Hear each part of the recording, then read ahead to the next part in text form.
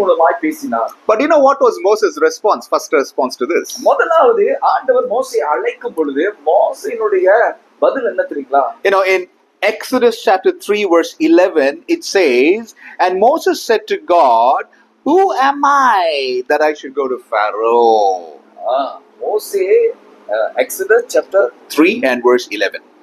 மூன்றாவது அதிகாரம் வசனம் 11 வாசிக்கும் பொழுது ஆண்டவர் மோசேயை அழைத்து சொல்கிறார், நீ போய் என்னுடைய ஜனங்களை பார்வோன் இடத்துல விடுதலை பண்ணி கொண்டு வா என்று சொல்லி மோசேயின் இடத்துல சொல்லும் பொழுது மோசே ஒரு காரியத்தை சொல்லி அவர் கண்டுபிடிக்கிறாரு, நான் யாரு போயிட்டு அந்த ஜனங்களை கொண்டு வரதுக்கு. Isn't it? That's how we are when God is with us and God is telling us, my daughter, my son, I know your problems, I know your suffering, do not be anxious. But then we question God, Lord, am I really full of faith? Who am I? Am I that powerful? See, we have so many questions. பல நேரத்துல ஆண்டவர் நம்மோடு கூட பேசுவாரு, கவலைப்படாத, திகையாத, உன்னோடு கூட இருக்கிற அப்படி சொல்லி ஆண்டவர் எவ்வளவுதான் நம்மோடு கூட பேசினாலும் நம்ம என்ன செய்கிறோம், ஆண்டவரை ஏன் எனக்கு இப்படிப்பட்ட ஒரு பிரச்சனை, ஏன் எனக்கு இப்படிப்பட்ட ஒரு போராட்டம் என்று சொல்லி மீண்டும் மீண்டும் மீண்டும் மீண்டுமாய் ஆண்டவரிடத்துல கேள்வி கேட்டுக்கொண்டிருக்கிற ஜனங்களாய் நம்ம இருக்கிறோம்.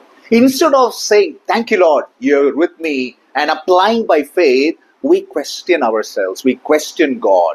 அவருக்கு முன்பதாக பாத்தீங்கன்னு சொன்னா முதல்ல எல்லாம் ஓகே அப்படி சொல்லிடுவோம். ஆனா பிற்பாடு பாத்தீங்கன்னு சொன்னா அவர் மேல வைக்கிற விசுவாசம் வைக்காமல் நம்ம என்ன செய்கிறோம், கேள்வி கேட்க ஆரம்பிக்கிறோம்.